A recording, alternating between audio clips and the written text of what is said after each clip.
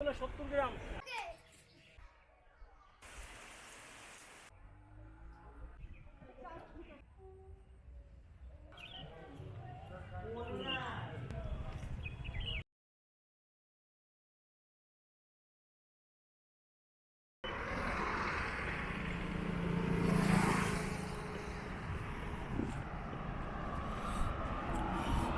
Good morning. আজকে রবিবার 6 তারিখ 6 মার্চ। একটু আমরা বেরিয়েছি, যাব হচ্ছে হংসেশ্বরী মন্দির, আর ওখান থেকে ব্যান্ডেল চার্চ, ইমামবাড়া, এগুলো সব ঘোরার ইচ্ছে আছে। আর লাহিড়ী বাবার আশ্রম নতুন করেছে, ওখানেও দেখার ইচ্ছে আছে। তো এখন একটা সকালবেলা কিছু না খেয়েই বেরিয়েছি, এখন 10:30 বাজে।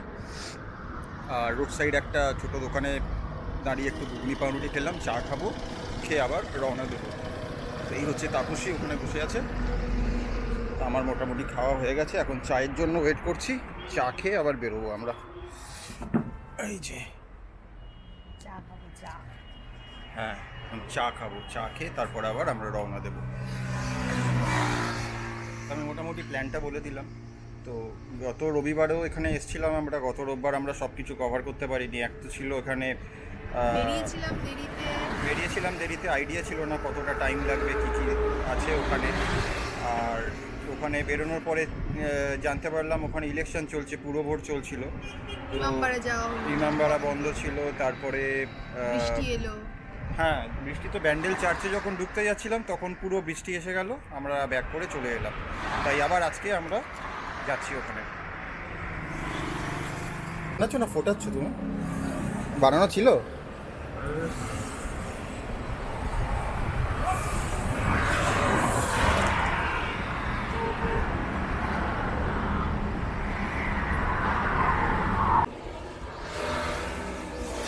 ধরো একটু, ধরো একটু।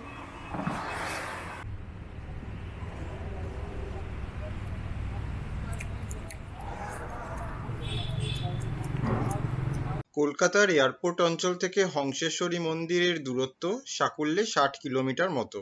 সময় লাগে 1 ঘন্টা 25 মিনিট থেকে 1.5 ঘন্টা। আপনারা ট্রেনে করেও আসতে পারেন, সেক্ষেত্রে নামতে হবে ব্যান্ডেল বা বাঁশবেড়িয়া স্টেশনে, আর সেখান থেকে টোটো। আজকে আমরা যাচ্ছি আবার বাঁশবেড়িয়াতেই। যেগুলো তোমাদের জন্য তুলে আনবো ঠিক করেছিলাম, সেগুলো আগের সপ্তাহে যে বেরিয়েছিলাম সেটার মধ্যে বেশ কিছুটা ভাটা পড়েছিল। আমাদের বেরোতে প্রথমত একটু দেরি হয়েছিল, দুপুর গড়িয়ে গেছিল। তারপরে সেদিনকে ইলেকশন ছিল ওই জায়গায়, আর হচ্ছে গিয়ে বৃষ্টি এসে গেছিল প্রায় বিকেল সন্ধ্যে নাগাদ।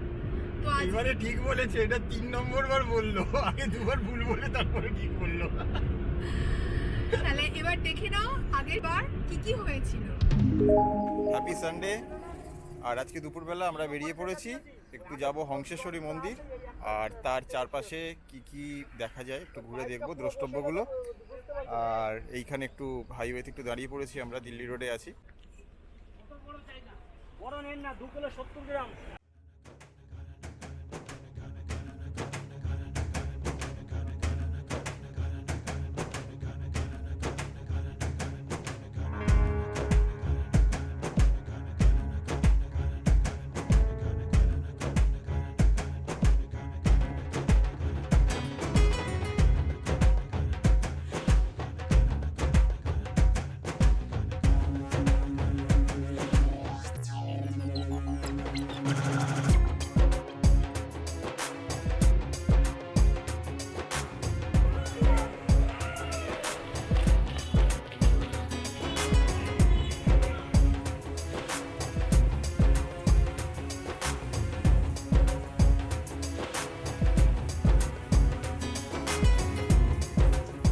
শান্তনু অনেকক্ষণ গাড়ি চালিয়ে খিদে পেয়ে গেছে, একটু মুডটা অফ হয়ে গেছে। প্রতি সপ্তাহে নাকি রোববার করে করে বৃষ্টি হচ্ছে। এই হচ্ছে ধাবাটা, একটা রেলের মডেল অনুযায়ী বানানো হয়েছে। ছোট ছোট রেলের কম্পার্টমেন্টগুলোকে রাখা, এখানে সুন্দর এরকম খাটিয়া মতো করে দেওয়া হয়েছে। আমরা বাইরেই বসেছি, এনজয় করছি বাইরের অ্যাম্বিয়েন্সটা। খুব তো গরম নেই, বৃষ্টি কালবৈশাখী হয়ে গিয়ে বেশ হাওয়াটা ঠান্ডা ঠান্ডার মতো আছে। পৌঁছে গেলাম হংসেশ্বরী মন্দিরে। আমরা এখন গাড়ি গ্যারেজ করে তারপরে যাব মন্দিরের দিকে। একটা ডালা নিয়ে নেব, পুজো দিয়ে তারপরে নেক্সট জায়গায়। চলো আমাদের সাথে।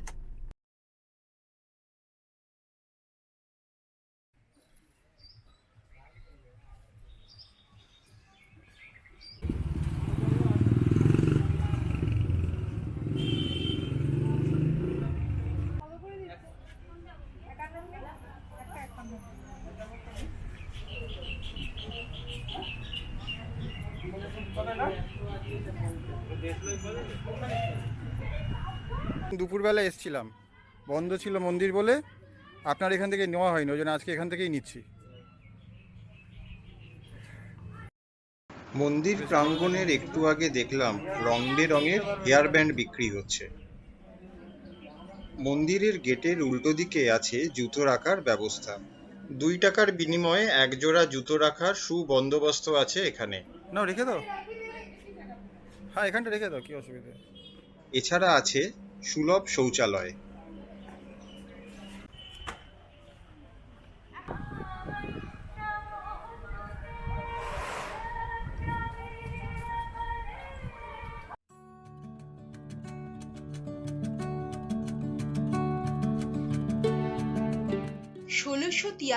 সাল দিল্লির দরবারে তখন রাজত্ব করছেন সম্রাট ঔরঙ্গজেব। এই সময় বাংলার রামেশ্বর রায় নামক জনৈক ব্যক্তি পাটুলি ছেড়ে বাঁশবেড়িয়ায় আসেন। তিনি ছিলেন খুবই দক্ষ ও বিচক্ষণ। জমিদার কর্তৃক নিযুক্ত যেসব ব্যক্তি সাধারণ মানুষের কাছ থেকে কর গ্রহণের সময় বেআইনি পথ অবলম্বন করতেন, তিনি তাদের তার জমিদারি থেকে উৎখাত করেছিলেন।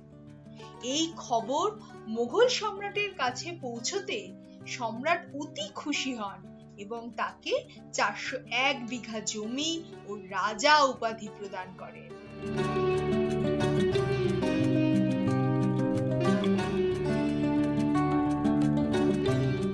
রামেশ্বর রায়ের পৌত্র গোবিন্দদেব রায় খুবই অল্প বয়সে প্রাণ হারান। সেই সময় তার বিধবা রানী সত্যসুন্দরী ছিলেন সন্তান সম্ভবা। কিছুদিন পর রানী সত্যসুন্দরী জন্ম দিলেন বাঁশবেড়িয়ার ভবিষ্যৎ শাসক নৃসিংহ রায়কে। রাজা নৃসিংহদেব রায় তন্ত্র সাধনার প্রতি আকৃষ্ট ছিলেন। বেনারসে থাকাকালীন তিনি কুণ্ডলিনী বা ষষ্ঠ চক্র বিষয়ে পড়াশোনা করেন এবং বিষয়টি তাকে এতটাই নাড়া দিয়েছিল যে তিনি ইংল্যান্ড যাত্রা বাতিল করে এই হংসেশ্বরী মন্দির স্থাপনের সিদ্ধান্ত নেন। এর জন্য সুদূর পাহাড় থেকে মার্বেল আনতেই তৎকালীন 1 লক্ষ টাকা খরচ হয়।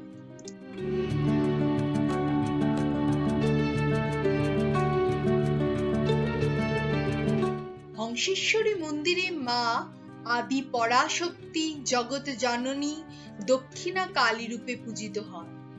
1799 সালে এর ভিত্তিপ্রস্তর স্থাপন করেন স্বয়ং নৃসিংহদেব মহাশয়। তবে দ্বিতল অবধি সম্পূর্ণ করার পর তার জীবনাবসান হয়। পরবর্তীকালে তার দ্বিতীয় স্ত্রী শঙ্করী দেবীর দৃঢ় হস্তক্ষেপে 1814 সালে তার অসমাপ্ত কাজ শেষ হয়। রাজা নৃসিংহদেবের মায়ের নাম অনুসারে এই মন্দিরের নামকরণ করা হয় হংসেশ্বরী মন্দির।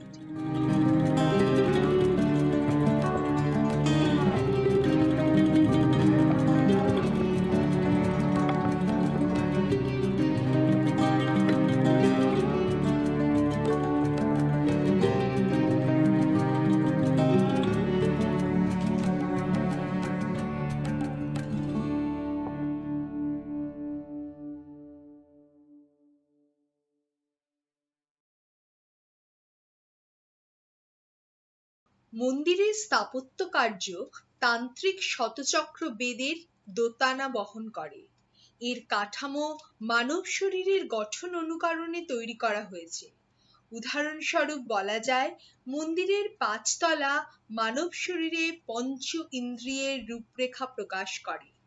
বজ্রাক্র, ইরা, চিত্রিণী, পিঙ্গলা আর সুষমা। মন্দিরের উচ্চতা 27 মিটার। 13টি রত্ন বা মিনারের ওপর পদ্মের কুড়ি নির্মীয়মান। গোলাকার বেদির ওপর শায়িত শিবমূর্তির নাভি থেকে উদ্গত প্রস্ফুটিত পদ্মের ওপর দেবী হংসেশ্বরীর মূর্তি নিম কাঠে নির্মিত। নীলবর্ণা, ত্রিনয়নী, চতুর্ভুজা, খড়গধারিণী ও নরমুণ্ডমালিনী। এখানকার দেবী চতুর্ভুজা। তার ওপরের বাঁ হাতে যে তলোয়ার আছে তা শক্তির নিদর্শন করছে, যা দিয়ে তিনি দস্যু নিধন করেছেন। নিচের বাম হস্তে দস্যুর ছিন্ন মস্তক। ওপরের ডান হাতের মুদ্রাটি অভয় প্রদায়িনী, অর্থাৎ মা আমাদের সমস্ত বিপদ থেকে রক্ষা করছেন তার প্রতীক। নিচের ডান হাতটির মুদ্রা বোঝাচ্ছে মা আমাদের আশীর্বাদ করছে।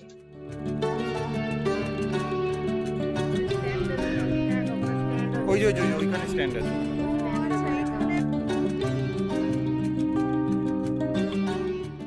এই মন্দিরে দুপুরে ভোগ প্রসাদের ব্যবস্থা আছে। মন্দির চত্বরে বসে প্রসাদ গ্রহণ করতে পারেন, আবার ওনারা ফয়েল প্যাক করেও দেন, যা আপনারা বাড়ি নিয়ে আসতে পারেন। ভোগে থাকে খিচুড়ি, তরকারি, পাঁপড়, চাটনি আর পায়েস।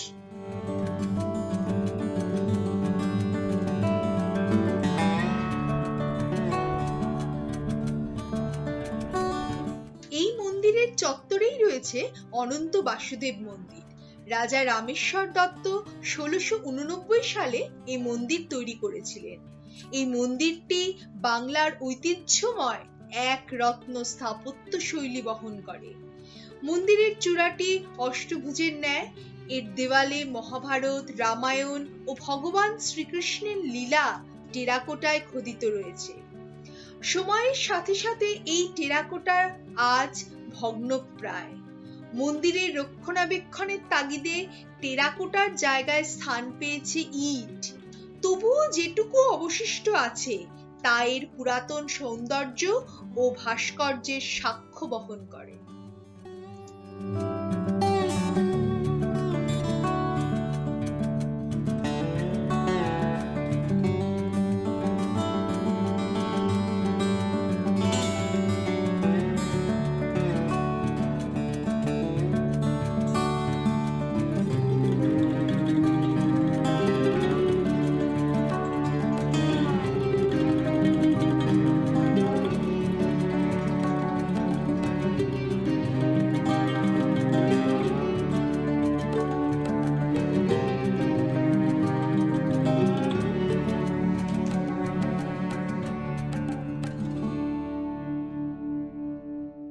পুরাতন রাজবাড়িটিও আজ ধ্বংসপ্রাপ্ত। মূল ফটক ও পারিপার্শ্বিক বাসস্থানগুলি ভগ্নস্তূপে পরিণত ও আগাছায় ভর্তি।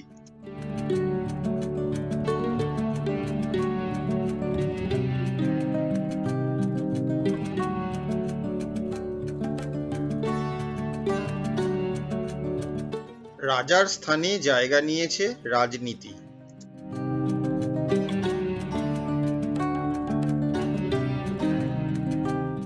বাংলার এই ঐতিহ্য আর হেরিটেজ সংরক্ষণ করার তাগিদ বিশেষ কারোর চোখে পড়ে না।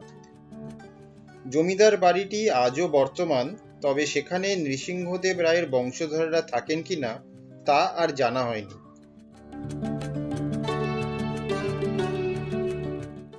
তবে বাঁশবেড়িয়ার এই স্থানটির মৌলিকতা, এই দুটি মন্দির ও তার চারপাশের অবিন্যস্তভাবে ছড়িয়ে থাকা ইতিহাস আমাদের মুগ্ধ করল। মন্দির প্রাঙ্গণের একটুখানি সামনেই এগিয়ে গিয়ে ডান দিকে একটা মাঠ আছে, সেটাই হচ্ছে পার্কিং। তো আমাদের পুজো দেওয়া হয়ে গেছে, তো এখন কিছু বললে না, ডালা দেখা। হ্যাঁ, ডালা দেখালে। আচ্ছা, পুজো দেওয়া হয়ে গেছে, তো এখন আমরা আবার যাচ্ছি পার্কিংয়ের দিকে। তো এবারে গাড়িতে উঠে যাব নাকি? হ্যাঁ, ব্যান্ডেল চার্চটা আগে পড়বে, কাজে আগে ব্যান্ডেল চার্চ ছেড়ে তারপরে ইমামবাড়া যাব।